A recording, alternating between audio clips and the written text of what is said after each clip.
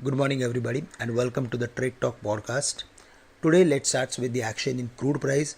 Crude prices were around $40-$45. From there, all the way not moved to 57.58, which is concerning.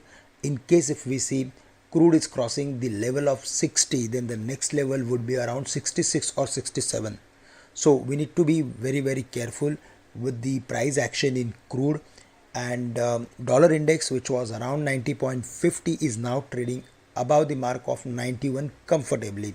So there also we are going to see further more gains.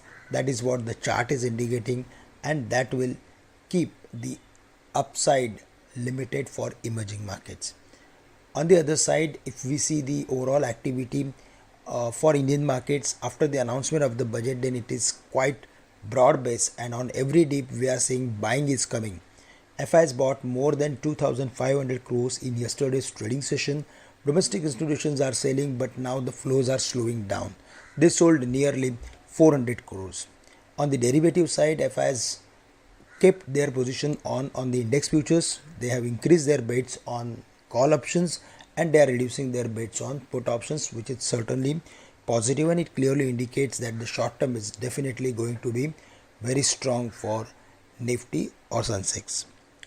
Based on its overall formation of Nifty and Sensex, we are of the view that buying should emerge on dips, but because we are heading towards weekly expiry as well as credit policy, which is due on Friday, we are of the view that in case if we see any dip in the market, then that should long for at least next few hours, and in that case we may even see the levels of maybe 14,600 or 14,570 again.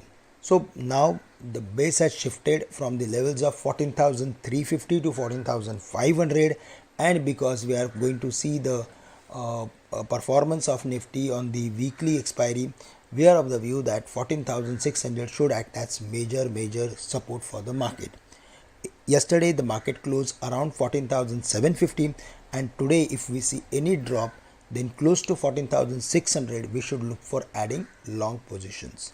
On the higher side, 14,750, 14,850 would be important area, and till the Nifty is not crossing 14,870, we are going to see sideways or consolidation sort of activity. Above the level of 14,870, next level to watch out for would be 14,950 or 15,050. But broadly, we are of the view that Nifty is heading for the levels of at least 15,000 or 15,200 in next few weeks, and the strategy should be to look for adding long position on dips. For Bank Nifty, there also we are seeing smart gains, and yesterday also Bank Nifty closed above the high of the previous day.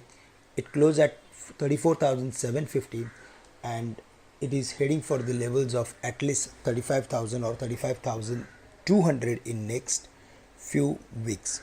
Strategy should be to look for adding position on dips, and the levels would be 34,300, 34,350. Is on the other side,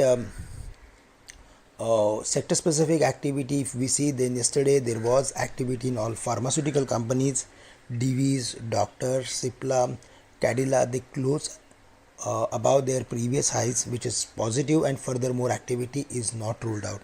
We are not seeing any specific activity in FMCG stocks, but there also we see that they are very close to their important support areas, and strong bounce back from current levels is not ruled out for all the FMCG stocks, and that is why we need to be more and more active for FMCG stocks. We are going to focus on Hindustan Liver, which is currently trading at 2230, 2240. Here we are expecting stock to move towards 2350 or 2375. Other than Hindustan Liver, we like Kolpal as well as we like McDowell's, United Spirit, and we are again going to focus on Marico as well as Dabur. So these are the 4-5 stocks on which we are going to focus, and based on their reversal formation we will come out with recommendation. Now if we move to the technology, then there also we saw some activity. TCS, Infosys, Tech Mahindra did well, but mid cap companies like Persistent or LTI, Coforge, they did well. and furthermore activity in these stocks is not ruled out because the overall space is buzzing and it is doing really well. So definitely mid cap stocks are going to give more returns for from the IT sector. That's the overall view. Finally, auto stocks, where we have seen spectacular rally for Tata Motors. It was around 60 levels. From there all the way now it is trading at 340, 330, which is remarkable, and it is happening mainly because of specific developments which are happening on the product side. So they are launching new models on a regular basis, and that is what is helping them to do well. Technically also, the stock has broken almost all important levels along with huge volumes and delivery based volume. So it shows that buying is there in the stock on every dip, and there also the strategy should be to look for adding position on dips or at major support areas. Now 320, 315 should act as major support for the stock, and on the higher side 355, 360 should be the level where it should halt. So Tata Motor is doing well, but now we are expecting 355, 360 as the major level. On a broader scale, the stock is certainly going to do well in the long run. That's the overall view. But other than Tata Motors, Maruti, Hero Motors, Bajaj Auto, as well as Eicher, they are struggling to sustain at higher levels.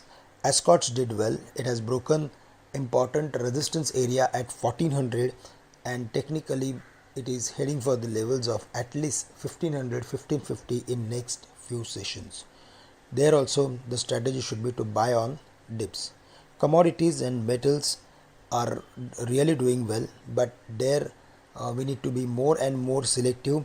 Buy one or two stocks because the overall space is quite volatile, and based on their overall activity of the past, we are of the view that we should be more and more selective for commodities. Friends, that's all from my side. With this, I'm ending today's morning podcast. Thank you very much for listening in, and have a great day to all of you.